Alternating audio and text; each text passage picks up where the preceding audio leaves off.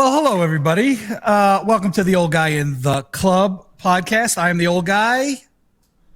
That is another old guy, and then another old guy. We're in like the shades of khaki in the spectrum here, which is a topic we were just talking about before the show. We're going to get to that.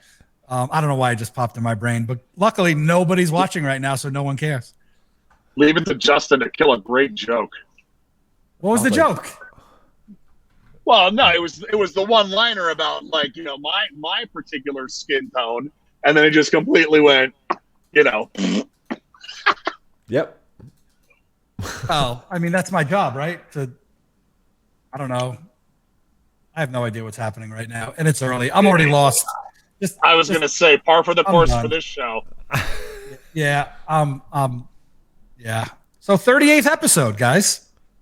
Wow. 38. It's been 30 weeks. It has. We haven't skipped. Well, we skipped. Actually, it's been 39 weeks because we did skip 1 week. One. Because I was drunk. But that was during the holiday. Oh, that's right. Yeah, you had a. No, it wasn't during the holidays. It was. You took a holiday. It was happy hour. Yeah. Yes. It's a holiday somewhere. It was happy hour. Legitimate reason. That's right. Yeah, forget holidays. Absolutely. Holidays suck. What do you got there, Zilla? What is that? Oh, what was that? Did you just? You know what I just noticed is that at the age of 46 years old, every time I think that I'm just getting too old, I just notice in the camera right here, I'm still old. I'm still young enough to get a zit. I should hate it. I should be mad at the fact that I've got a blemish. But then I get zits all the time. As I nostalgically try to hold on to days of my former youth, I find a little bump right here. This freaking guy smack dab on my forehead, and I'm thinking to myself, maybe life ain't so bad after all. Right. I could sit here and lament the fact that I've got a facial blemish, but in all truth, this whole thing is a facial blemish, so it ain't so bad. Well, I will say, as the elder statesman of the show and the oldest human currently talking, it could be worse. It could be a liver spot. Yeah, that's what true. What the fuck is a liver spot? It's like a sunspot. Yeah, it's like a sunspot. It looks like. It really looks like a liver. It's like darker brown, just like a splotch. It happens to folks in their older years. They're not uncommon. Now that I think about this, is this just a white thing? The only white people get these? What, liver spots or zits? Yeah, no, liver spots. Well, how would you see a liver spot on somebody that has a much darker complexion? I would assume that a liver spot or a sunspot would be for folks that are predominantly of lighter complexions, but I'm also very capable of being wrong. So if any of our good friends in the chat room, like hi Claudia, hi Jilly, if any of our friends in the chat room, if you're just joining us, welcome to the Old Guy in the Club podcast. My name is Rob Zilla. That's Justin Zotz. Neil Jackson there as well in New York City. What we started off this whole thing was me complaining, sort of, but not really, about this zit. If you're watching us live on twitch.tv/the White Label Agency, White Label Agency, or if you're following us on podcasts, wherever you get your podcasts, there is a zit. I'm 46 years old on my forehead. A giant, we should probably name it. This thing needs a zip code of its own. It could get mail. This zit, it's like I touch it. Look, I don't know if you're watching on the screen, guys. I'm not even looking at the camera right at the screen. I am so far away from my monitor, and I see it from here. So let me paint the picture. Not only so Neil is watching this from a half mile away, and as I'm just kind of and I know I shouldn't be messing with it and touching it, but you can see it's starting to radiate some redness the more I fidget with it. So Justin asked the question. He's like, well, at least, or he made the statement, at least it's not a liver spot. Now, I'm of the opinion this is not rooted in fact. I don't know any better. So if anybody knows, if you're in the chat room, please educate us. Can you get a liver spot if you have a darker complexion? Or are liver spots, sunspots, are those just kind of reserved? Now, Jilly says, I have dark spots. I'm only half white. So do you only get those on one half? That was a really stupid question. I was like, but that's it. I'm out of here. I'm kidding. I'm kidding. Obviously, Claudia's saying I'm almost 50. I get pimples where my mask area is. Yeah, they call it maskne. Nobody calls it. Oh no, that is actually a thing. Google the mask area. Oh, so are we saying like the area around the mouth where the mask would normally go? Yeah, they call it maskne. You know what? That makes sense because I wore, I wore a disposable. I usually have like a fabric mask that's mine, and I really like it. But I was in a, I needed to go out, and I left my other one behind, and I wore a regular mask. And it was a long day. It was kind of hot out in San Diego, and I kind of noticed, like, some discoloration. Nothing gross, but it's like after a while, you use your natural facial oils and whatnot get on the mask, and so I could see that being a thing. Justin, all right. Welcome to the Old Guy in the Club. I'm the old guy. We're just gonna cancel the first 3 minutes of this show. We're out. Why? Okay. How to prevent and treat maskne? maskne. Fox News also wrote it. Market Watch also named it maskne. I mean, I could see it happening, like, dude. It's a thing. I see medical, like at the beginning of the pandemic, which was, God help us, 51 weeks ago.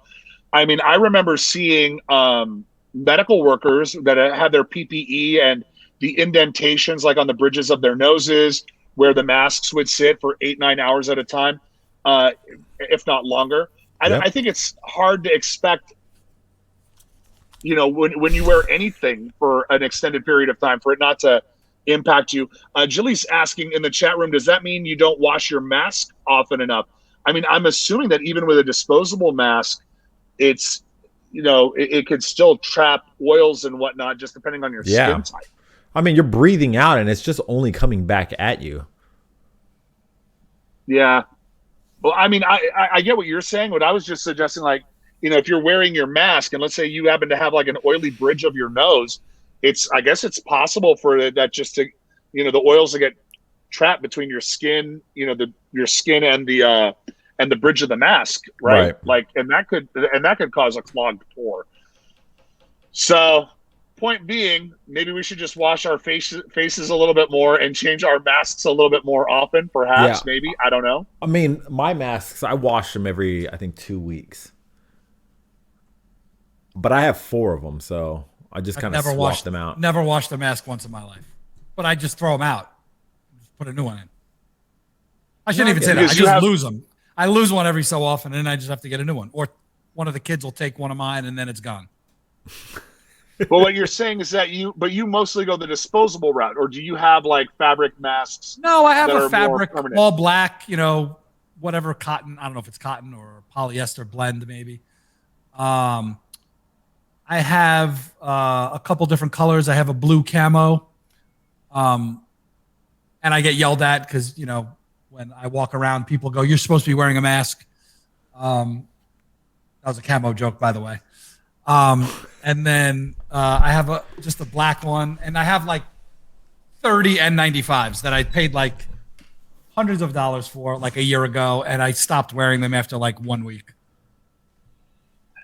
In the chat room, Claudia is saying, my son is a nurse. By his second shift of the work week, the bridge of his nose is raw, and that's with wearing Band-Aids. So I'm guessing, that's like right here. I mean, I could see that happening.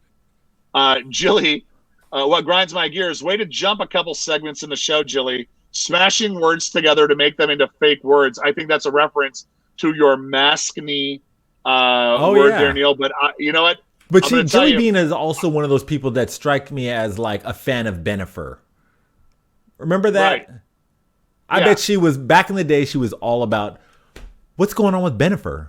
Bennifer? Yeah, when Ben Affleck and Jennifer Lopez were a thing, they were Bennifer. Bennifer. Wait, what was the other one? There was another one. It was Bennifer, and then there was Brangelina. There were some others. Brangelina. Yeah.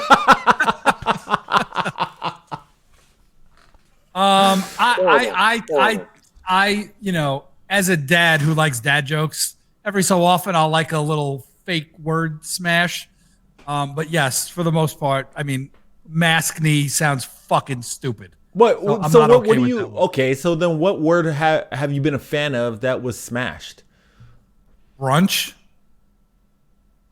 I don't know if that counts. I mean, pick a better smash word. I mean, that's like the number one smashed word of all time. I don't know if that one counts. Contraction? Whatever. No, is it? Brunch? Well, I mean, if we're contracting is and not, that's isn't. That's a contraction. And if we're contracting brunch and lunch, that's brunch. Is it not still a contraction? I don't know, Zilla. Jilly's making up the point, though. To Jilly's point, maskne isn't in the dictionary, whereas brunch is. It's a word that's acceptable. Yeah. It's in the common vernacular.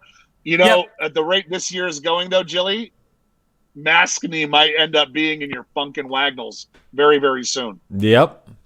There's no way that brunch was in the dictionary 50 years ago. You would know. I don't know. Tell us, Justin. Was it?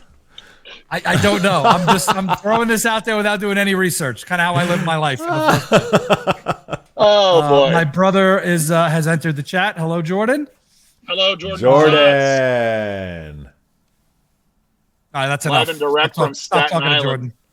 Yeah. I just realized that the Jordan, name of this episode is "Don't Mess with Texas." Yeah. Is that right? I don't know. The only reason I named it that is because at some point we'll probably talk about Texas, and I don't know. Texas jumped into my brain. If I had known we were going to talk about maskne, I would have. I think that it's all related. No, or I guess. I'm moving this to case, Texas. it's not. Like in this case, I mean, I guess as of this week, it's not actually. Hey, Jordan, in the chat, what are you having for dinner tonight? I know this is an odd question for everybody else, but I grew up obviously with my brother, and he's probably eating something tonight for dinner that's like an old meal in Staten Island that like I really probably am missing a lot in my life. Oh, I'll tell you something. And Jordan, I called you the other day to tell you this, and this is bullshit you didn't answer because this was very important. You guys might not believe this. Pizza, of course. Damn it. Is it from Joe and Pat's? Tell me if it's not. Tell me it's not from Joe and Pat's, so I won't care. I had the best, number one, greatest bagel I've ever eaten in my life a couple days ago. No, in Arizona? Arizona. Jesus Christ. Dude. How do I show up every night, every Neil, Friday you night? know how much I like bagels. We've gone to get bagels before. Yeah. And I love a good bagel. I like Pick a Bagel. I like Essa Bagel. I like H&H Bagels. I like there's some Staten Island places that I love. Didn't Kramer work at H&H? He did. Absolutely.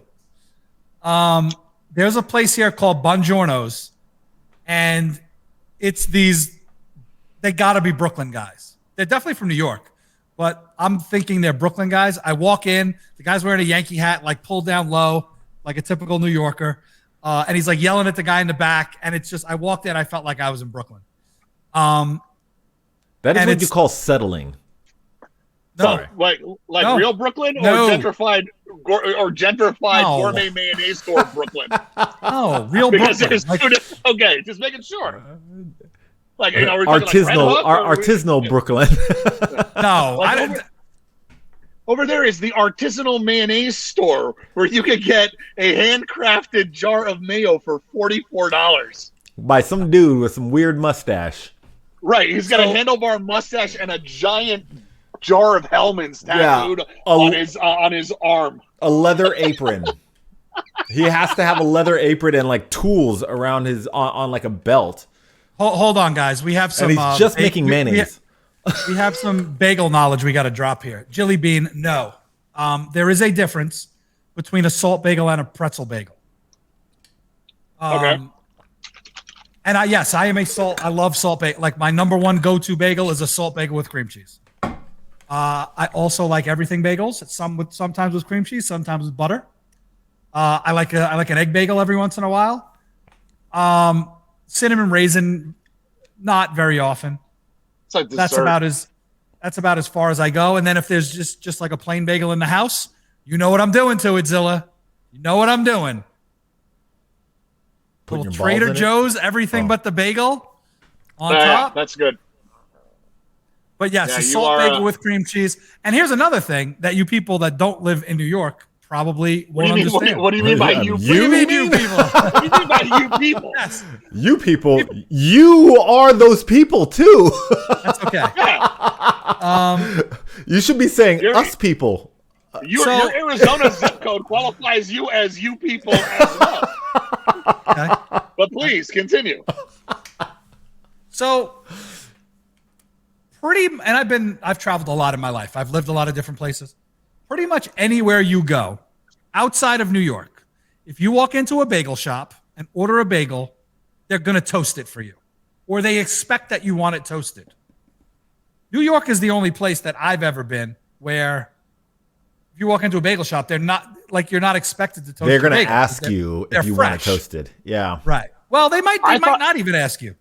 No, No, they definitely tell me ask if you. I'm tell me if I'm that's a wrong new here, but thing. the expectation is that if it's a fresh bagel, it should not be toasted. You know, like Correct. that's really it's fresh out the oven. It's been boiled, it's been baked, and it needs to be sliced and smeared, and you're on your way. Toasting at that point is sacrilegious. Now, if it's a day old, or if you're getting it from a less than awesome bagel place, like if you're going to your Einstein Brothers or your Bruegger's Bagels, then toasting is completely appropriate. But beyond that, you know what? Even a Bruegger's or a Einstein, if it's like, and you got to know which bagel you're getting. If you're getting an everything, they're typically pretty fresh because that's what everyone gets. I still don't even toast that. But if it's like a salt, which no one else gets, actually, I never like a salt bagel toasted. Never. It's just it doesn't. No, I like certain bagels toasted, but salt never. It just doesn't. The salted toast heated up. The toasted salt doesn't taste right for whatever reason. And you know how particular I am, but what an incredible show so far. we've covered bagels, we've covered zits. I mean, it's good. Whatever. It's good. Let it flow, man. We're just talking. We should change the name to this podcast. It's just three dudes talking. Okay, two dudes talking and with an old dude. Yeah. The old guy plus two dudes. Yeah. Talking. Two dudes and an old guy talking.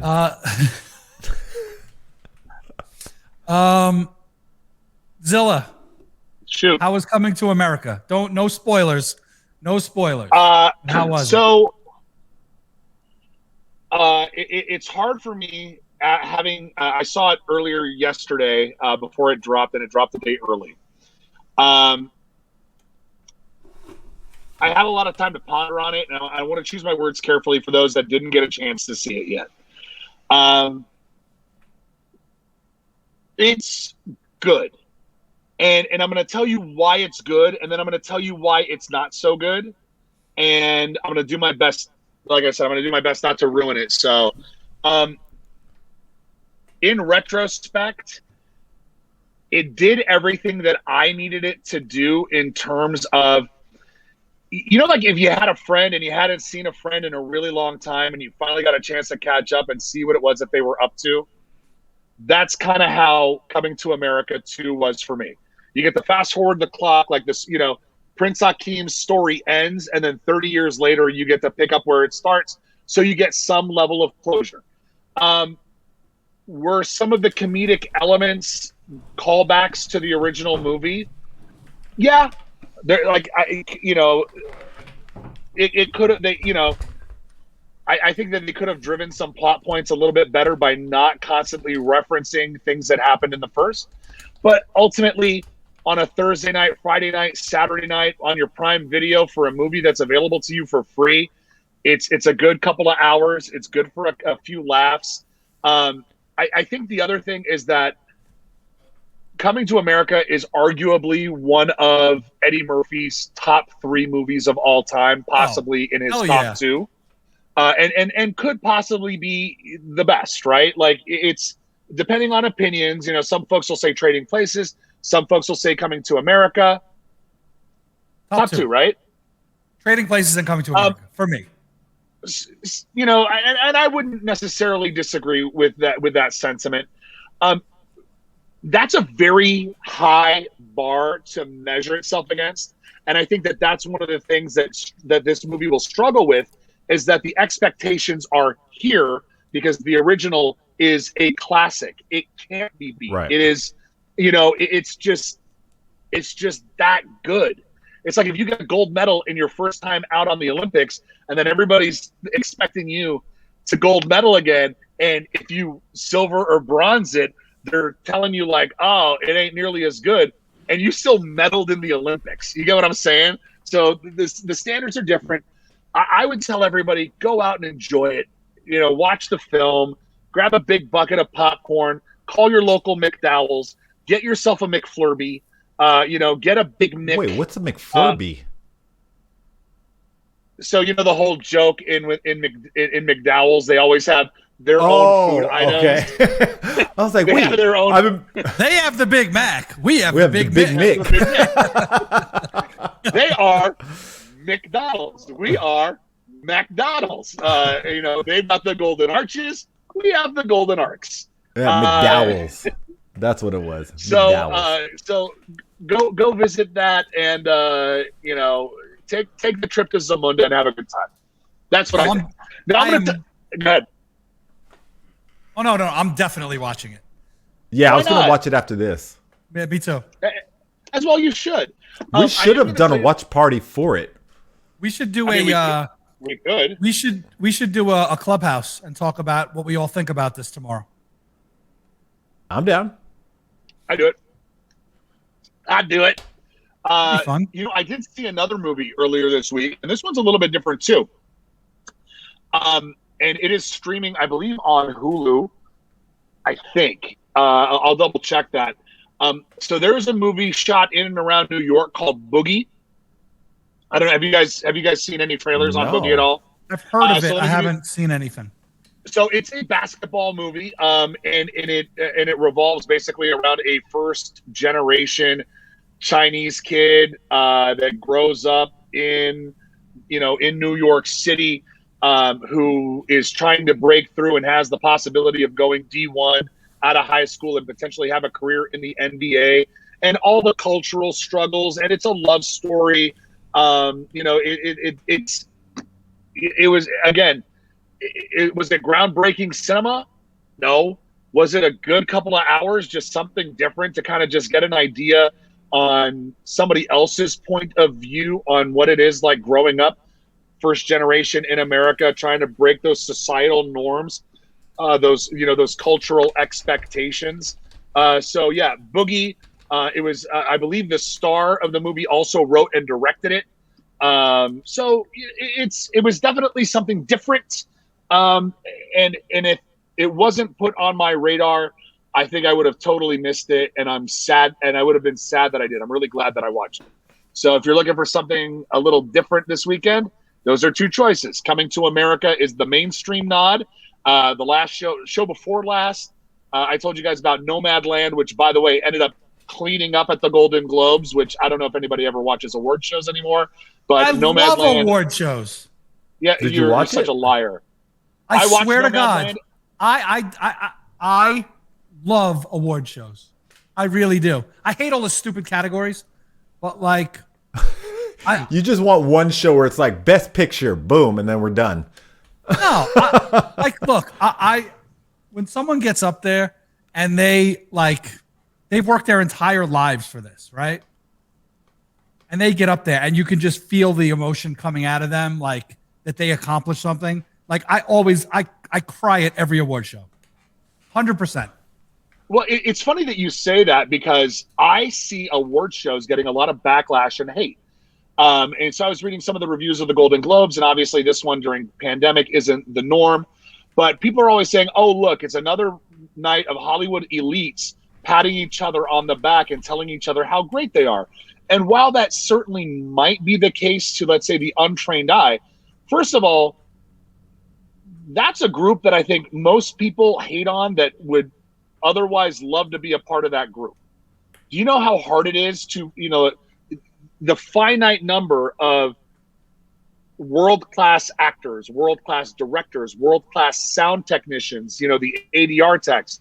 The fact that, Trent Reznor of Nine Inch Nails, hi, Tim, took home a Golden Globe for scoring. I can't remember which movie he scored, but I mean, look at that as a lifelong, culmination of a career. So, the whole Hollywood is all elite. Yeah and no. I don't really subscribe to that. Trent Reznor killed it on social. What is it? The one about Facebook. Social Network. The Social Network. Killed it on that soundtrack. That dude is so talented. Yeah. I mean, if you look at the transitions, like some of the best folks in cinematic music, Trent Reznor, being one, Danny Elfman being another, and they both came from Nine Inch Nails and Oingo Boingo respectively in terms of the bands that they fronted, and seeing how they've transitioned. These guys didn't get to their places by accident. These are the culmination, as Justin said, of lifelong endeavors into their craft. So, yay award shows. I love award shows. I know that maybe that's a weird fact about me. I really do. And especially the Golden Globes. And I didn't even know it was on this year. Because I like the Golden Globes because everyone's drinking a little bit. They're a little looser. It's not as stuffy as the Oscars. Definitely tipsy. And no. I'm thinking of the SAG Awards. Well, the Golden Globes are notoriously known for everybody getting hammered. Is that the one where Ricky Gervais sometimes hosts? Yeah. What? I think so. He is the best. He just wrecks people. Who? Ricky Gervais. Is he the one who hosts it? Sometimes. He's done it a bunch. Yeah. He just destroys people. Interesting. Yeah. Tina Fey and Amy Poehler did it this time around, who historically have done various award shows. But really quickly, back to Nomadland. That's also streaming, and I got to tell you, again, a movie that I probably would not have watched unless somebody else recommended it and put it on my radar. There is an entire subculture in America of migrant workers that are basically it's like a gig economy, people that live in their vans, and they will work in the summers in the national parks as tour guides and camping area hosts, and then in the winter move to Amazon distribution centers. And it's basically like a nod back to the American migration where folks would go from farmlands, and once that was done, then they'd go to the industrial areas and work there. They would just go to wherever his work is. So there's an entire subculture in the United States right now. And this is what I found very interesting. First of all, Frances McDermott is amazing in this movie. If you don't know who that is, the minute you see the movie, you'll immediately recognize her. Not a big fan of hers. You're not? Okay, fair enough. It annoys me. So as the story goes, most of the people that are in the movie did not know that they were filming they thought that it was a documentary. They didn't realize that Frances McDermott as a character is playing an actress. She was so enveloped in her character, the character in the movie, her name is Fern, that they actually believed that Fern was a real person. They felt that the camera crew was right, but the camera crew is following her as a documentary into their collective lifestyles, not realizing that. So a lot of this is unscripted, and a lot of the engagement between these nomadic peoples and her as a character is happening unscripted in real time. So again, if you're looking for something different to watch, those are 3 different movies that I think that are great: Nomadland, Boogie, and coming to America too. I'm Throw another one Robzilla. in the mix. Shoot. Has anyone seen the Biggie documentary? Somebody just brought that up this morning. Is it good? I don't know. I haven't seen it. Have you seen? I just started. I'm almost finished with WandaVision. I'm not. I know it is so good. It is so good. I think WandaVision. I mean, I got to tell you, I think Disney Plus did an amazing job on. They're doing a great job with their rollout and putting out content that makes sense. Now, I will own the fact that I'm a giant nerd. I'm dude, I'm a kid in an adult's body, and I don't apologize for it. I love my superhero movies. I mean, Neil, before I talk all over you, tell me your thoughts on it, because I've been hogging this podcast for the last 20 minutes. No, I just thought it was interesting. I just thought it was interesting on the. They make you watch every episode for different reasons. One of the feel of each episode. The way they made that thing is it was insane. Like, I know I'm not really being very descriptive for the people that do want to watch it, but the different takes they took on each episode, if you know what I'm talking about, right? I'm on up to the beginning intently. credits, you're like, what the fuck? I'm going to try and add into this without adding. So are you all caught up at this point? I got one episode. I have 9. There's 9 you have episodes, episode right? 9 to watch. Yeah. Right. So you have 9 to watch. Okay. So I'm going to, for the folks in the chat room, also, I'm going to do my best not to divulge any spoilers. It is one of the few shows where you have to watch with reckless intent because you may miss something. One of the things that I've realized is that the writers, not a word is like, there isn't a word of filler in that show, and everything has a purpose and everything has a point. Whether it's happening in the moment, whether it's a callback to something that's happened earlier in the Marvel Cinematic Universe, or whether it's an element of foreshadowing for something that's going to happen in the near future, it's incredibly well done. I think that it throws back, again, nostalgia, very powerful.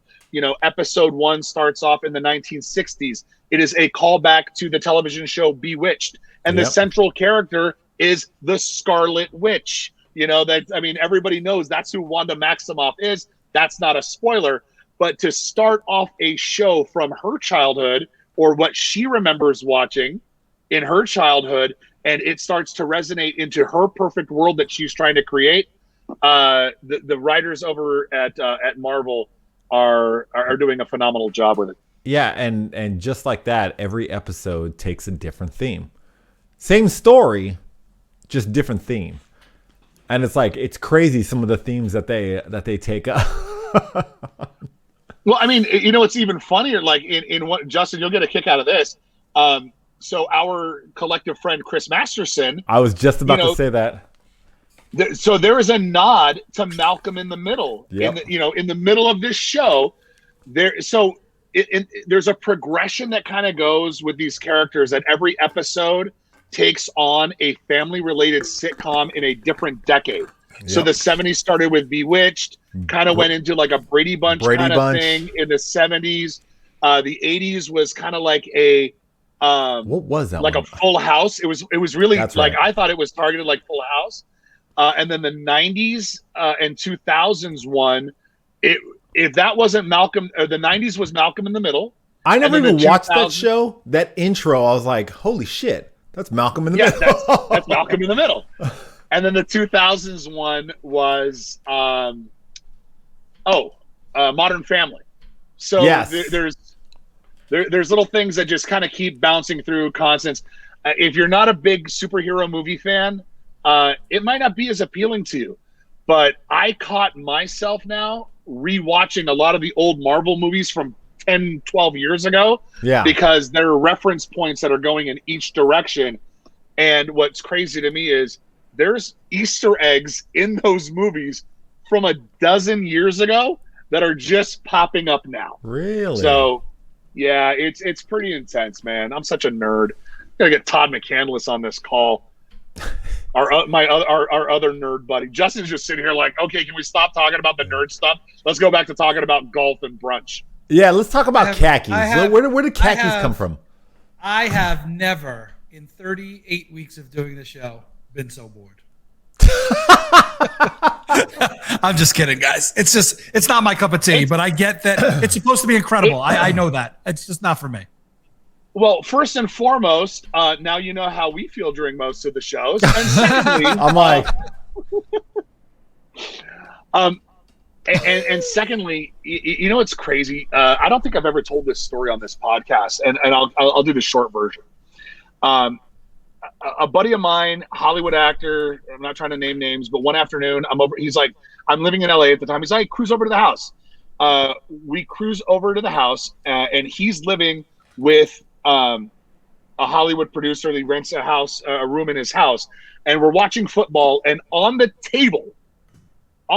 coffee table is the copy of the very first Iron Man script. And I'm thinking to myself, who's going to watch a movie about Iron Man? Just shows you how stupid I am that very first Iron Man movie kicked off a multi-billion-dollar, now in its there's 24 movies in, or whatever the number is, multi-decade franchise. So it just proves the point. Go ahead. No. Finish. I was just saying, it just proves the point that the things that you think, opinions are just funny like that, man. Like sometimes you just think that things are going to be so unconsequential, and it ends up changing. Now I can't imagine Hollywood without a Marvel Cinematic Universe. We have entire sections of Disneyland that are dedicated. There are kids running around dressed up like Captain America, like Iron Man, and these are all characters that were developed. I mean, Captain America was developed in World War II, as a comic book character. I don't know many children that don't throw on, not that, this is a DC character, or these are DC characters, but kids will grow up and be Superman and Batman or Iron Man or whatever. So, superheroes are very much a thing. What is Neil doing? Neil Jackson is a superhero. Was that a Zyrtec? Yeah, that's actually really good, Zilla. It is a Zyrtec. I recognize it. Well, yeah, it's a Zyrtec. All right. Can we do a quick pivot, because I actually have a question in the chat room directed regarding the vaccine. You guys mind if we take this? Vaccines are on the list. So Claudia is asking Zilla, how did your is that your reaction to the vaccine, Neil? Well, I wanted to show it to you because I've actually never seen this kind of rash before, but could be. Yeah, because usually yours are down here. I was like, whoa, look at that. That's looking a little splotchy. Yeah. I normally get splotches, but I've never gotten them like this before. So maybe the vaccine. Yeah. Who knows? I mean, it looks a little psoriatic. It looks like a little like plaque-like inflammation. Claudia, to answer your question, mom and dad are doing great. They got their second shots a week ago today. The first 48 hours, it kind of kicked them in the teeth a little bit, but beyond that, they're more than fine. And I think that they're really excited. I'm happy to announce that on Tuesday, I got my first shot, which I couldn't be more thrilled about, because I think today is day 356 for me, that I have, for all intents and purposes, been a little bit, other than the necessities, I really don't go out much. I'm not social. So, Hey, Claudia, did you have any symptoms? Or side effects? I'm sorry. So I will say this: my folks had, after their second ones, they had like basically a 24-hour flu. No. I meant you for your first shot. For my first shot, I was day and a half, maybe 2 days of just feeling like I was out of gas. That was me. But also, it rained for the first time like in 2 months in San Diego. It was gloomy and miserable, which probably was, me just being lazy as well. So, not bad. I mean, Claudia is saying her dad is 83, had his second one on Tuesday. He did so well, not like, some of the other stories she's heard. Sore arm and tired only. We're happy for your dad, obviously. I think all of us are collectively happy. My personal experience ain't no thing but a chicken wing. It was really, really simple. Neil, I want to ask you about your experience in the actual process. How's it working in New York to go and get where'd you get yours done? I got mine done at a center in Brooklyn. Why and how did you get it done so early? Fucking magic. Not why, because everybody would want it done, or most people. How did you get it? Look at me. How can you say no to this face? No. I'm going to do it literally every day. Pretty easy. like Justin Zotz, look at me. So I was talking to I was talking to a buddy of mine that got it the day before I got mine, and he was like, "Yo, you really got to read the fine print." And so I stared at all the phases that we were in that were all qualifying, and I was looking at one. Then I was talking to my friend that's a lawyer, and I was like, "Hey, can I register as a coffee shop?" She was like, "No, you need to have a physical. You need to have a physical address, a commercial space." So I was like, "Oh, okay, cool." In the shower, it dawned on me at that moment, I'm actually a food delivery guy. It happens maybe 3 times a week. Somebody doesn't want to pay for shipping, so I actually transport coffee to their house. Dude, you know what? Good for you. I went back to my lawyer friend. I'm like, "Hey, do I qualify as a food delivery person?" And she was like, "That's how I met you. You swung by my friend's apartment and dropped off some coffee." She was like, "Absolutely, you do fall into that category." I was like, Can "Perfect." someone in the chat or one of you guys answer a question for me? I think I have 2 avenues that I could possibly pursue here for me to get it. The first one being that I'm a farmer. Yeah. Right? Yeah, you work in agriculture. The second one being that I have a dispensary agent card to distribute medical marijuana. Yeah. Doesn't that make me like, I don't know, an essential healthcare worker? Kinda. I don't know. I'm just trying to figure it out. I didn't know. I asked a friend of ours who was a doctor, and he told me I was an idiot for asking those questions. I know that friend. Yes. But I'm just I'm curious. Kellen, Kellen in the chat, our good buddy that lives here in Arizona, who I have not seen since I moved here. What? I think he works with kids, doesn't he? Oh, okay. So wait, volunteer like to help people? I don't do that. No. So at those centers, you can actually volunteer to distribute it, because the people I was talking to, they were volunteers, and they're like, "Yeah, I'm on my first shot still." I was like, "Oh, yeah." They're at the centers. So there's the hospitals that do it, and then there's like I went to Medgar Evers Center, and it was just like a bunch of people that were like volunteering to do the vaccines. I mean, there are here in Southern California, specifically in San Diego, there are super centers. There's one at Petco Park. There's one in like the Del Mar Fairgrounds area. There's one, I think, at at the big amphitheater in the South County. And so you can volunteer. They got people directing traffic.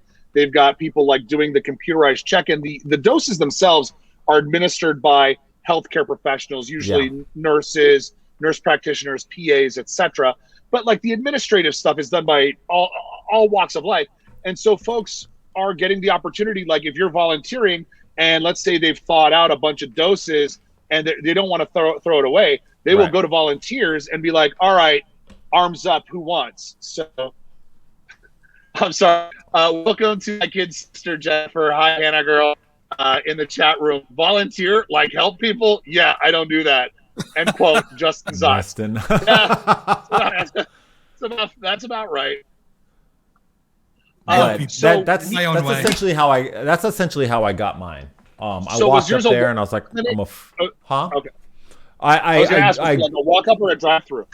I set up an appointment, and then they were asking me like, are you one of these people? And I was like, food delivery. And then I walked up to the center. Well, I went up to the center and I presented my letterhead. I was like, I deliver coffee. And they're like, all right, cool. That was it. That was it. I know. Can you send me one of those letterheads with my name on it? Listen, no, but it goes state by state. I can't believe I'm doing this, and I'm not trying to tell people how to skirt the system because I think that would be wrong. And honestly, don't be an asshole and take the shot away from somebody that needs it.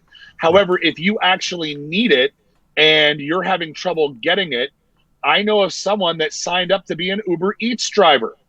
Yeah. And they signed up for it and showed that they are, I've got the app. It shows that they've got it, and they use that as their verification. That like I do food service delivery, if that qualifies them. If there was any chance that I would be taking it from someone else, I would never do it. But if it's going to go to waste, I would. Well, no. So Kellen is actually saying what I had also heard. So I went up to a big center out here. I rode a bike up there at like 9 p.m. and I was like, hey, brag. What, rode a bike up at 9 p.m.? That's not a brag. Yeah, brag. Rode a bike up to this big center, and they said that they were open 24 hours, and I was talking to a guy in the military that was guarding this area. And I was like, hey, I don't have an appointment, but I hear that it's 24 hours. I was wondering, I own a coffee company. I deliver coffee every so often, like pretty much every week to random people. And he was just like, well, you need to have an appointment. I was like, well, is there any way I can do like a last minute one? He was like, I cannot. He's like, I have heard that they give out shots at the end of the night, but I cannot tell you that that's what they do.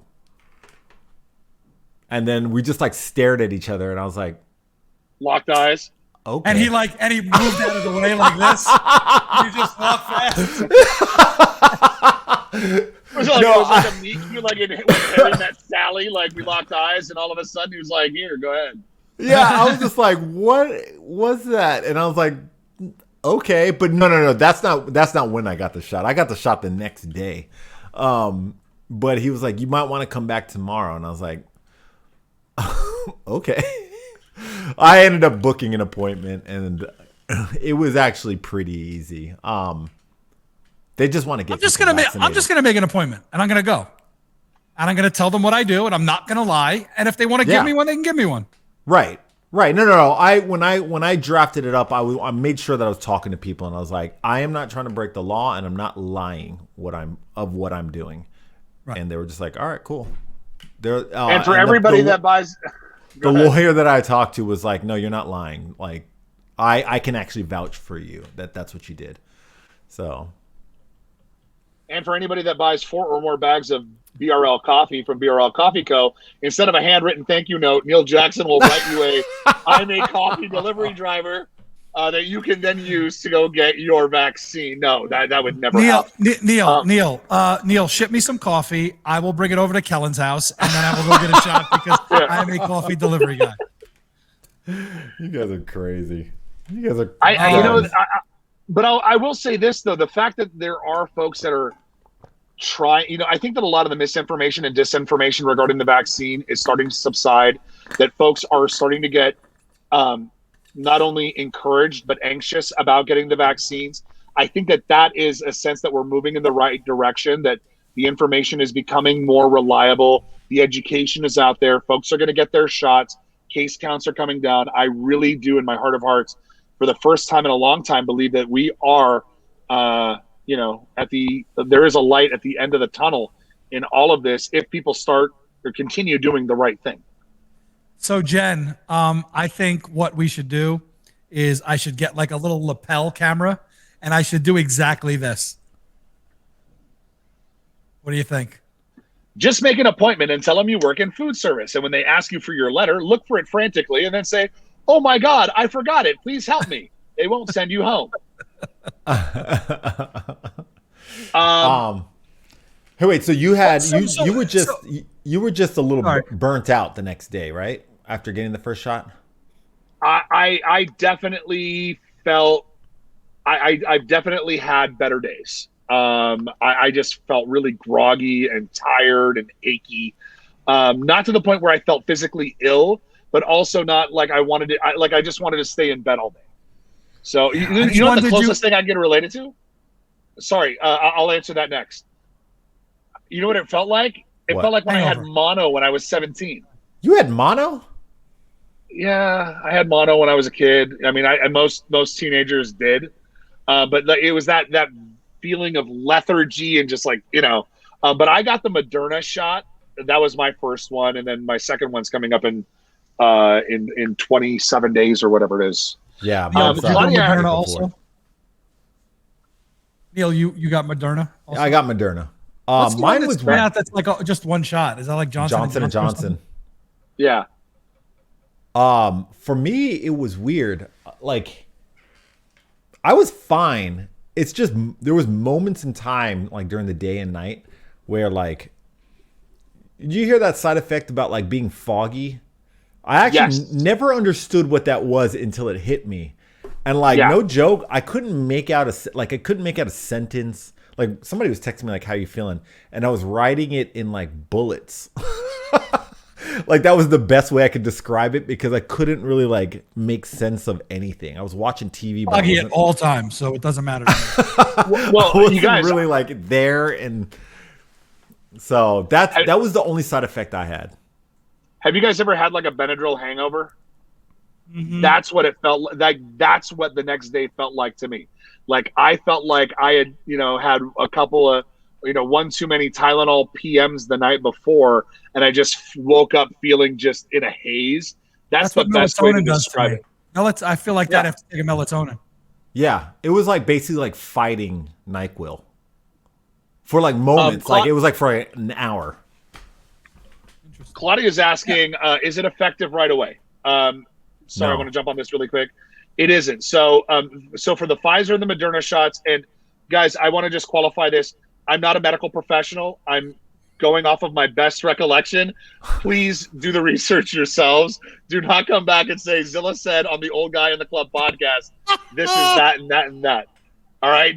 I want to qualify that.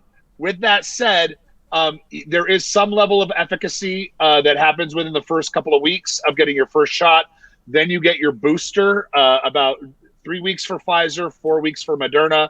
And then it takes another 2 weeks after that for it to reach full efficacy. And that is about 94 to 96% average, depending on the shot and your own immune system. The Johnson & Johnson shot is one and done. And within a couple of weeks, you're in like the high 60s, low 70s in terms of protection. I believe that is to the best of my knowledge. So after 2 weeks after the Moderna one, I can actually walk into nightclubs with no shoes on. I could be that person. Yeah. But I could, though. Neil, when you think about all of the shit that and Justin, for that matter, too, all the stuff that used to happen in nightclubs, because, nightclubs will come back. But like the aspects of like people passing bottles to each other or the infamous shot luge, certain things. But we have I can't even believe that was a thing now being in this, thinking about that. Right? I'm like, oh my God. How many times have we taken a shot out of a bottle and handed it to the next person? Oh, right. Or like Justin and I have a very dear friend. I don't know if you've met him. We're going to leave his name out of it, but there is a friend of ours that the shot luge is not only a thing, it is his thing. So if there is to be an ice scooper filled with ice, pours it in, and it's going, and you're taking a shot down the luge, and that device would just go from person to, the alcohol will just kill whatever germs we have. Yeah, I don't think we're doing that anytime soon, to be honest. Oh my god! Or fast forward like 6 months when a nightclub is open, that shit's out the window. I don't even want to share nachos off the. I don't even want to share like nachos or chips and salsa off the same plate with other people at this point. No. Yeah, but that has nothing to do with COVID. Yeah, it's because I'm fat and I like nachos. I mean, who would share nachos? Like, what kind of crazy person would share nachos? There's a DJ Darth Vader in the chat room. Shot luges were always gross and yet so fun. I always pass on that. Not a tetanus vaccine. I've firsthand seen you do at least one in my lifetime. Believe it or not, I've actually never done a shot luge. I've never done one. The only people that I've ever seen do a shot luge are people with khakis. Oh, that's a great transition. I'm actually being dead serious, but it was a transition too. that was good, Neil. I have a question about khakis, okay? And this goes back to something we were talking about before the show. And I had this random thought as I was putting on a pair of khaki shorts the other day. And I think we can all agree, correct me if I'm wrong, that if there are 1,000 people in the world wearing khakis, 998 of them are white people, correct? Is that safe to say? Sure. Okay. Yeah. I mean, I was gonna let Zill answer. I was like,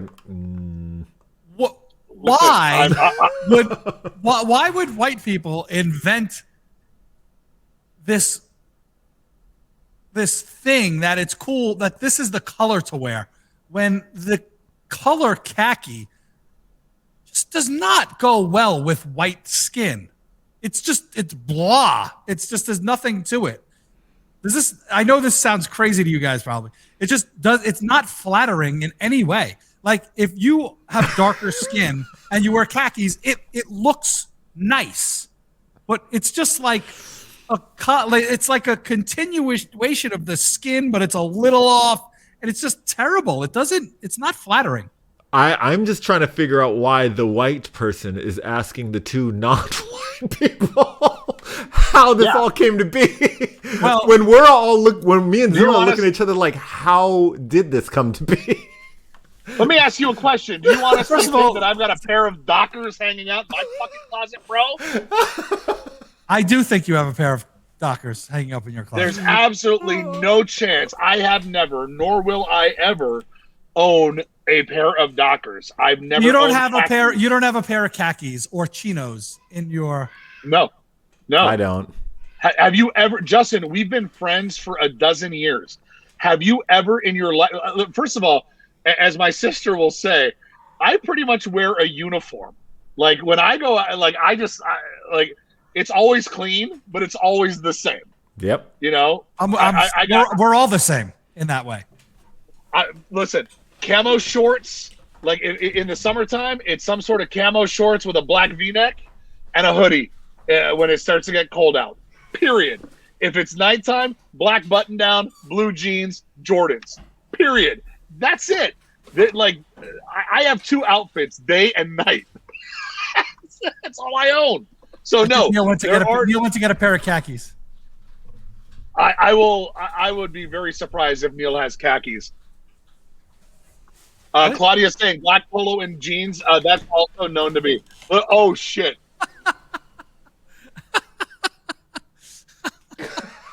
Neil Jackson breaks out the IKEA hangers and has no less than 24 black T-shirts on hangers. Bravo, Neil Jackson. Did I call it? Are those IKEA hangers? I think so. Actually, I'm glad that you look like them. I'm glad that you said that because I need to get new hangers. All right. Those look like IKEA hangers. I wish I had good hangers, but I used to own a dry cleaner, so all my shit's wired. Yeah, I'm glad you said that because I need new hangers, and I couldn't figure out where I got those ones from. Now that you said that, Costco's got the ones that actually have the ones that they're stackable. So it has like the how do I put it? It's got the one that goes on the rail, and then it's got like 1, 2, 3, 4 underneath. So it's it hangs in succession, so it saves space in your closet. I'll text you a link to it.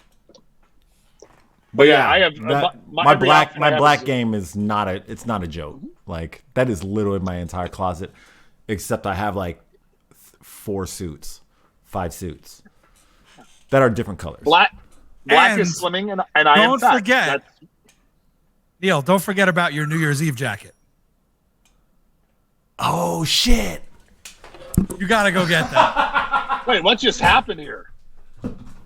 This is everybody. Get your cameras ready because you're gonna want to take a picture of this, or you could just screenshot it like a normal human being if you're on a phone or a computer. If you're on a Mac, Shift Command 4 will do it. So this is what Neil has to wear every New Year's Eve. He's gonna come back, and you are gonna be shocked. This is not. So good. This is so good. What's amazing to me is that like the closet is still within reach of his headphones. Like he hasn't had to take off his headphones. That's a New York City apartment for you. Oh, he lives in New York, of course. Wow. Behold. Oh, I got it. I got it. This shall now live on forever. Wait, so is that like a manager's jacket for Planet Fitness? What is? It looks it looks like an outfit that Ben Stiller would be wearing in the movie Dodgeball. I was just gonna say, like, did you steal that from White Goodman? This is what you call pure sex. I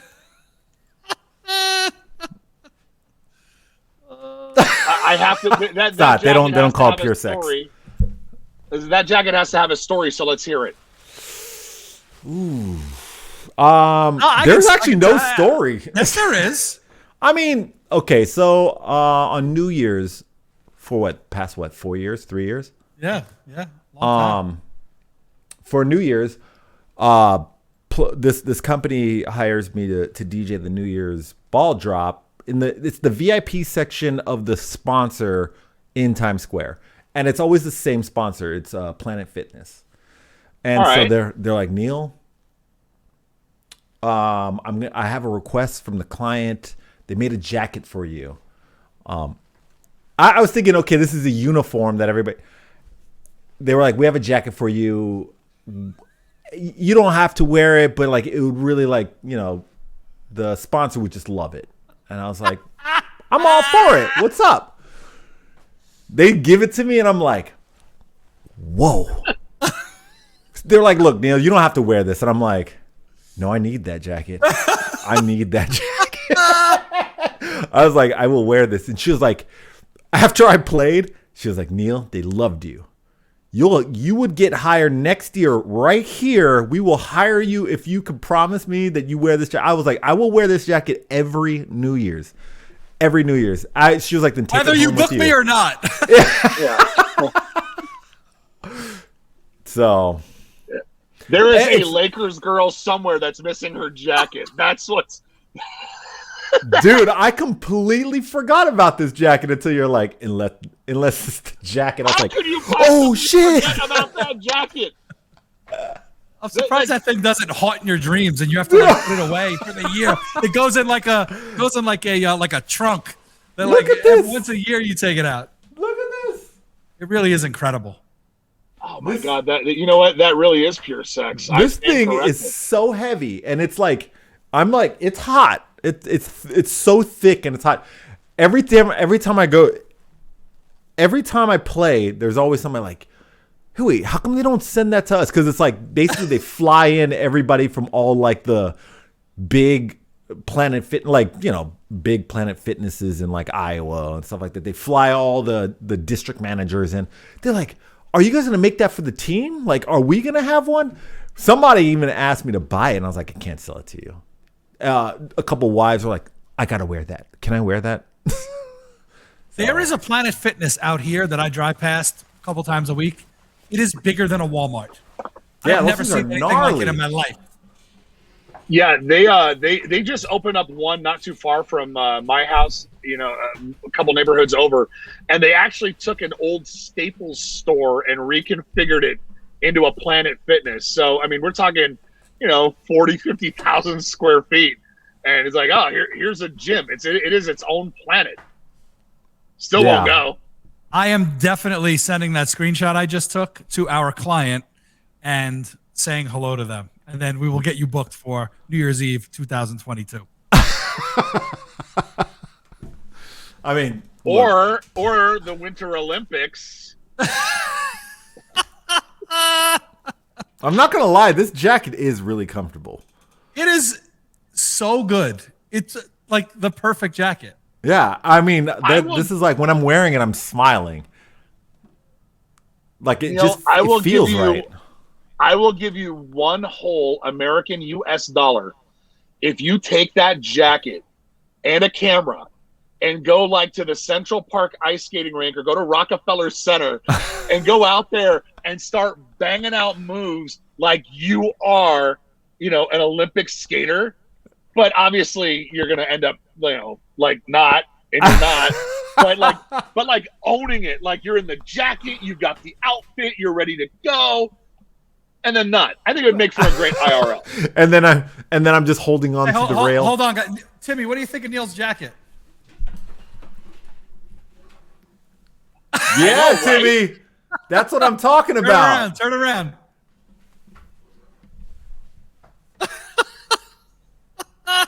What do you think, Tim? Have you ever seen the look on his face? This is why I do that. This is why I do it. I do it for the kids. It was like the same look he would give to Santa Claus. Neil Jackson is for the kids, man. Or that's the other thing is like when you're going out and getting desserts, Claudia's like, oh, please wear it tomorrow for your IRL.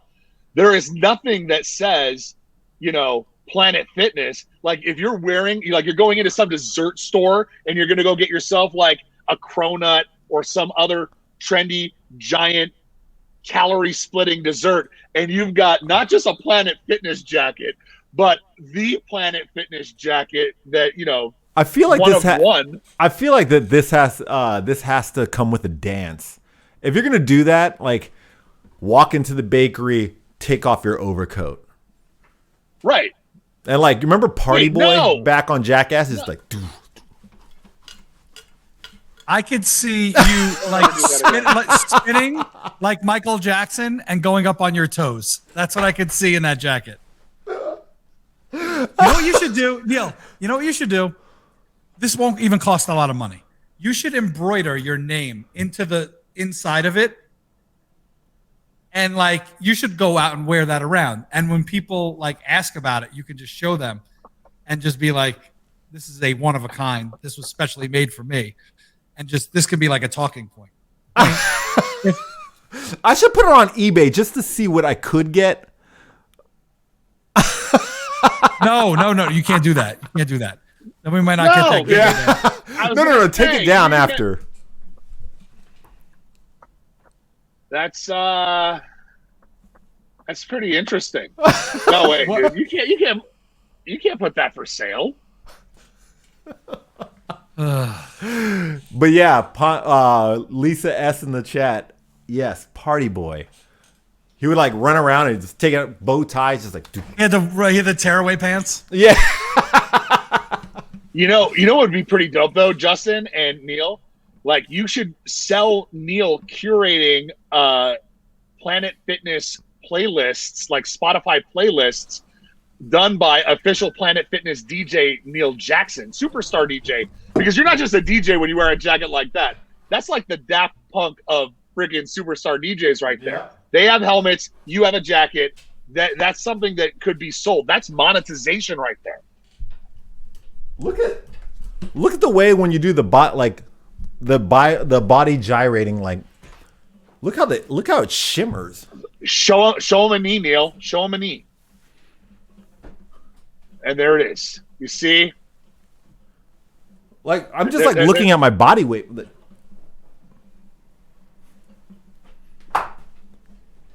You're straight up body roll Barry right now, bro. God, I forgot how good this feels. I mean, how do you not feel like $1 million when you're wearing $1 million sequins? It's impossible. You will never see a mad look on my face with this jacket on. It's impossible to be upset when you're wearing a jacket like that. Exactly. It's like form-fitting, warm. It's like a winter coat. I'm a little jealous. I don't have one. You think they can make like a planet fatness one for me? I wonder. I wonder where they got this. We should, Justin. We need to email them back and be like, "Where did you get this jacket from? We want to get 3 old guy in the club sequence jackets done." Oh my God! It has to be the same exact jacket. So we can change the colors a little bit, and we put my face on the back. Yeah, no, that's a hard pass. Well, no, because we could definitely make it more ridiculous than that jacket. That's why I would change the colors, not to make it like cooler, to make it way less cool. Why are you saying that jacket is ridiculous? That jacket is the farthest thing from ridiculous. That jacket is iconic. It is. This jacket is making me. I'm not making this jacket. I will say this. So I did a quick Google search of Planet Fitness sequin jacket. Nothing even compares. Like, they've got some Planet Fitness pullovers that you could get from Poshmark. They've got some, New Year's Eve decorations from 2020 that you could buy off the PR Newswire, but nothing. Let me tell you, absolutely nothing compares to what Neil Jackson is rocking right here, right now. That thing has got to be worth hundreds of dollars. If not more. this was quality. Like, this is thick as fuck. It's heavy. I'm like borderline sweating. If you wear that with your Post Malone Crocs, you will make it onto like page 6. Oh, I finally found those, by the way. Did you? Yeah, Zilla, did I ever show you those? Have you seen those before? I have seen them. I didn't see yours, but we have other friends that have I think that have posted the spoils of another Neil Jackson corporate gig. Yes. We haven't made $1 in 12 years, but he has a full wardrobe that he'll never wear, ever. Yeah. Neil, have you ever considered walking into another gym wearing that jacket and then like giving them the side eye? I'm like, can I help you, sir? I don't know. Can you? And like ask for a tour and then just be shitting on everything. So these are our free weights. Yeah. It's not. These aren't like Planet Fitnesses. Do you have any? Okay, right. You know what? Do you have anything in here that resembles a Planet Fitness machine or free weight?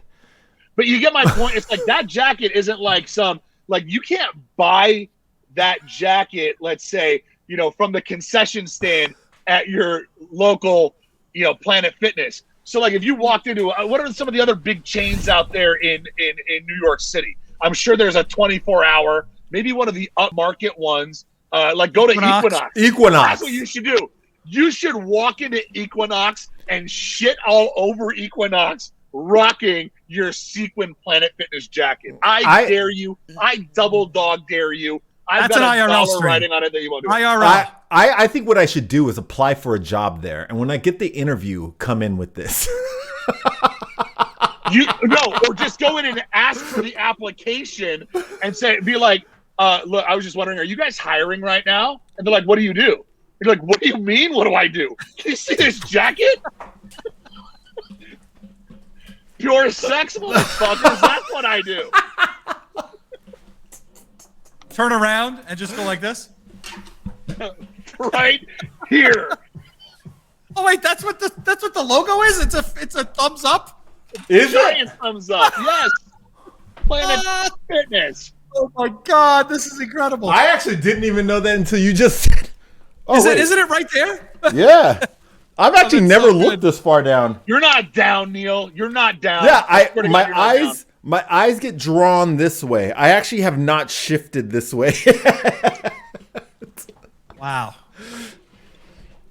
With the posties, yeah. Oh God. I'm gonna eBay this with the posties, and all debts will be covered. You will never work for Deckers or Planet Fitness again. No. The Posties was when I did Republic's Grammy party. Oh, that's Remember? right. Okay. Yep. And they're like, "Hey, we have it sponsored by Crocs. Would you mind?" She was like, wearing your Crocs? I think she was like, I think I had this conversation with her. She goes, "Look, I know it's not cool, but would Neil be okay with wearing?" And I'm like, "Yes." Before she even said Crocs, whatever. It's like, yes, he will wear that, whatever it is. It doesn't even matter. If you've seen him on New Year's, he'll be okay with whatever you dish out at him. I'm guessing that was probably what I said. Was something like, "Well, if you saw what he had to wear on New Year's, you wouldn't even have to ask." I think I said something along those lines. So, God, I can't. Just what we were talking about earlier. Or instead of going to Equinox, you should go do a surprise inspection at a Planet Fitness. Like, you should just walk into a Planet Fitness and be like, "Don't you know who I am? You know why I'm here." Who's gonna argue with a sequin jacket? I feel like I shouldn't even have to walk in and do anything. I think they will automatically assume that I'm a higher up. You should just go and offer. You should just go and offer to spot people. In the sequin jacket, but wearing really, really high shorts and Crocs. Wearing the jacket like, and a headband, a sweatband, or randomly start teaching a class.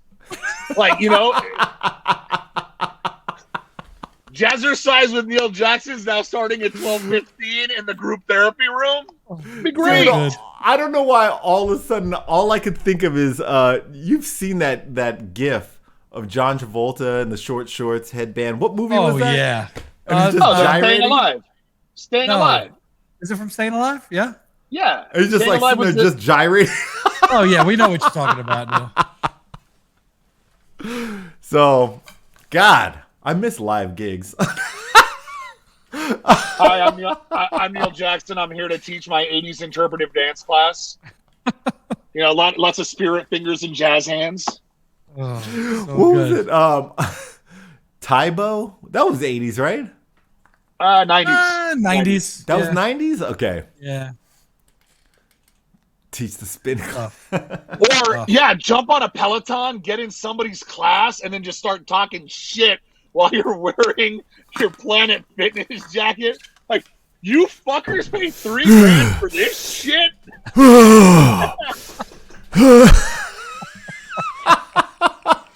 Yeah, you might pay $3,000 for a bike, but you got a jacket that looks like this? I would start trash talking all of them. Yeah, fuck you, Peloton. I should walk into like a gym like this. Oh my God. So if you guys ever want to know what I was like in 2019, this was it. Actually, no, 2020. I brought in 2020 like this. Sure. So 19. Just like this. So it's your fault. Maybe that jacket's cursed. If you guys are wondering how I brought in 2020, this would be it. Oh God. If this wasn't a sign. So I have my list. I don't think I'm up for going down this list, to be perfectly honest with you. I slept like 3 hours last night. You know what I realized, and it's not on my list. So as you guys know, I'm working on this new project. I'm in basically a construction zone every day. There's dust everywhere, breathing in shit. They have masks for that, but go on. Yeah, a lot of them out there. So and even wearing a mask some of the time, I've been really stuffed up lately, and I couldn't take another night of waking up like having trouble breathing, like just stuffed up. So I took some Afrin. You squeeze some Afrin up your nose, which is great. It clears up the nasal cavities. I didn't know that a side effect of Afrin is that it basically keeps you awake. I didn't know that either. I didn't know that. Yeah. It I don't know what the word is. It's a stimulant? Bingo. So like, so I squirt some up my nose last night, and I'm breathing great, and I'm like so happy. I'm like, I am gonna go to sleep, and I am going to sleep like 8 hours in a row. And then all of a sudden, it's like college in the 90s. And I was like nodding off at like 9:30. It was incredible. And then at 10 o'clock, I was like up and could not fall asleep the rest of the night. And the last I saw my clock, it was about 2. And then I was like, well, all right, I got to get up at like 6:45. So it'll be all right. I'll get, 4 or 5 hours sleep. That's not the end of the world. And then my oldest son and my temporary current roommate, who you guys know as Eric DeBoard, decided last night that they were going to wake up at 5 o'clock in the morning to watch WandaVision before school. So at 5 a.m., my dogs are going bananas because these two idiots are like coming downstairs at 5 o'clock in the morning. So I woke up at 5 o'clock in the morning because of them. It's crazy that a person who works in marijuana is having trouble sleeping. I don't really partake. I know I can, and I have in the past. No. I actually had that thought today. I was going to hit a spot on my way home, but I did not. Yeah. How high are you? You are home. I do have some gummies, but I don't know. I don't really like the way I feel when I take them. Yeah. So that's that. But so I have this list, and I'm like, there's some serious stuff on it and some not so serious stuff. You want me to read the list, and you guys can tell me if we could just 86 okay. it? Sure. Okay. So one thing I wanted to talk about was Texas, how they have lifting their mask mandate and opening up, basically, which we've talked to that till we're blue in the face. No sense. The other one is our resident zaddy, Governor Cuomo. We haven't talked about him in a while and how everyone loved him so much, and now he's a piece of trash like the rest of them, which, whatever. I was never a fan, and most people in New York were not fans of his in the first place, but then people from outside saw what he was doing, and they're like, oh, he's the best. He was never the best. Just throwing that out there. The next thing on my list is, I don't even want to say it, because it'll probably piss off Zilla, but maybe not. I'm just looking at Zilla's face the second you said it. Now we know the extreme that we had before January, right? The extreme president we had, right? And sure. Okay, so we know what that guy was all about and how he was acting. I feel like our current president, I feel like he's not, like I haven't seen him. I haven't heard from him. I don't know. It's just weird. Like, it's almost like I'm sure he's busy. I'm not saying he's not doing things, but you would think you would hear more from the person in charge. I didn't really know how I wanted to approach this subject. And this is not like me saying he's doing a bad job, although even a lot of my friends that are on the left side of the aisle are saying he's not doing a good job. But that wasn't the point of my of whether he's doing a good or a bad job. Like, I don't want to sound like that jerk, super right idiot and be like, oh, where is he? What's he doing? I haven't seen him, but I really haven't. I don't know. Maybe am I crazy or not? I don't even think we want to talk about this, but it was just a thought I had. The next one was Dr. Seuss. If you want to talk about that, I don't really want to at this point. And then the last thing, which would be a lighter topic, which I'm not sure if I really want to have this conversation at the moment. It's your show, bro. We're just here for the ride. I know, but there's people in my house, and it's not really something I want to have this conversation. Have you guys seen the New York Post article about Rudy Giuliani's daughter? No. I didn't know Rudy Giuliani had a daughter. Yeah, I had no clue either. It's let me see if I can pull it up, and then I'll just throw it on the screen. Talk amongst yourselves, please. Hey, wait, Lisa S., you said you wanted to talk about this all week. What exactly? Because I just can't figure out with the delay where. Oh, wow. That's impressive. Wait, what? So I just, the very first thing, listen, all I'm going to say is the first thing that you type in, when you start typing in Rudy Giuliani, automatically it starts filling in. So here's the headline. Caroline. There's the headline. Oh, shit. So, yeah. So Rudy's having a rough year. Well, but anyway, the guy's married to his first cousin, so I mean, he can't really be all that, you know. Who is? Isn't Rudy Giuliani married to his first cousin? I don't know. I mean, he was caught, you know. It was kind of nice of Sacha Baron Cohen to thank him when he won his Borat Golden Globe. Hey, yeah. Jen, are you saying that you just bought Dr. Seuss books to flip them? Is that what we're talking about here? Because that's genius. Wait, what happened with Dr. Seuss? Here we go. I honestly have not read a single article about it because I know it's just not something I want to even get into. But I was hoping like earlier I would have had the conversation and Zilla would have explained everything. But now I don't think we should. Here's the short version. Here's the short version. Dr. Seuss has obviously been dead for a gazillion years, right? Theodore Geisel, he is dead. And there is an estate that handles the publishing rights and a lot of things in response to his art in his works.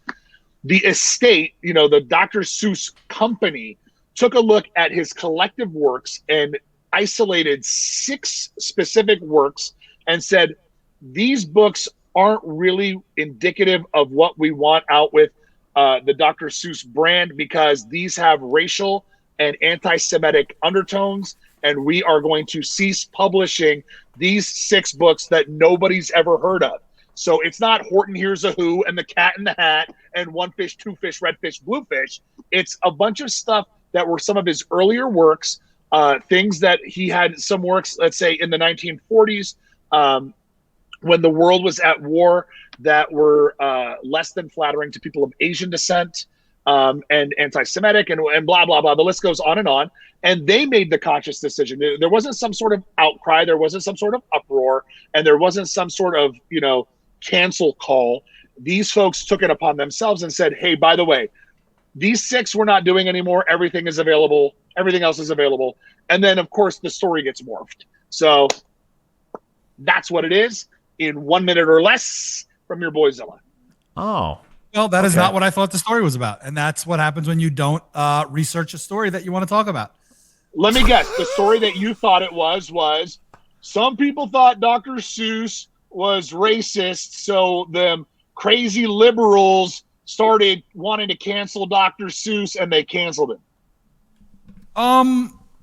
That's close enough.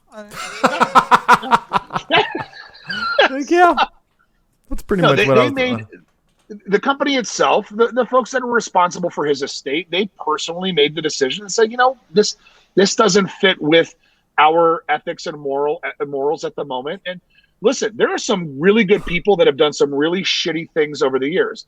And for all the folks that are comparing, let's say, the lyrics to Cardi B's WAP to Dr. Seuss books, you know what? If you are reading the lyrics to WAP to your 6-year-old as a bedtime story, we might want to have a conversation about your level of parenting.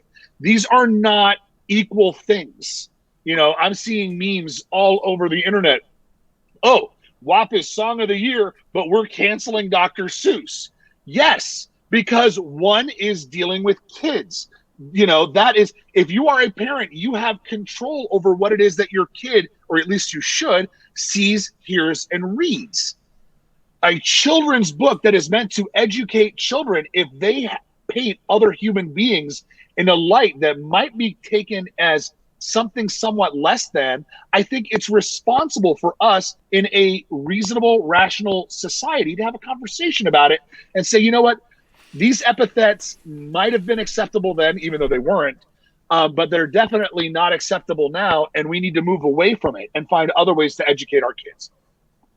As Irene says, Cardi B doesn't make music for kids, and she says that all the time. You know who makes books for kids? Dr. Seuss. That's his shtick. That's his thing. That Zilla.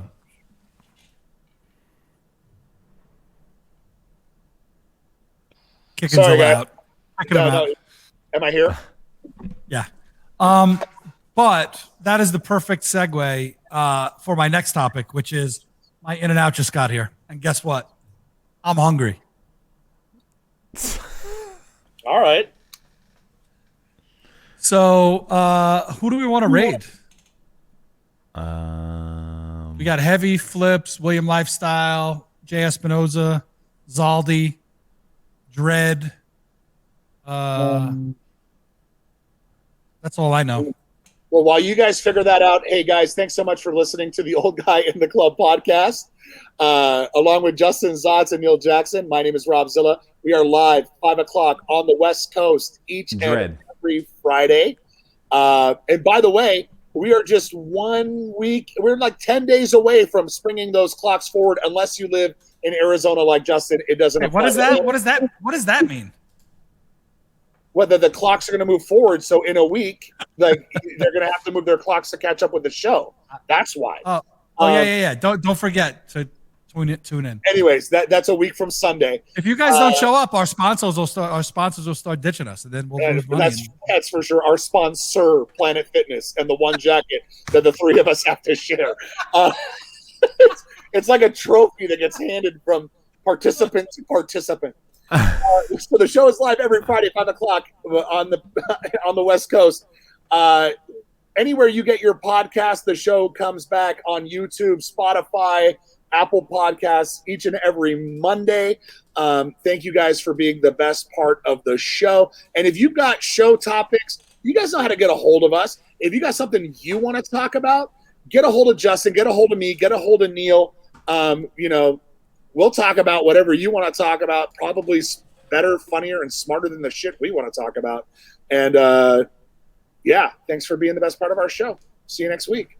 Who are we raiding? All right. Well, thanks, guys. We're going to raid DJ Dread. I'm about to hit that fancy button, and then we'll do it.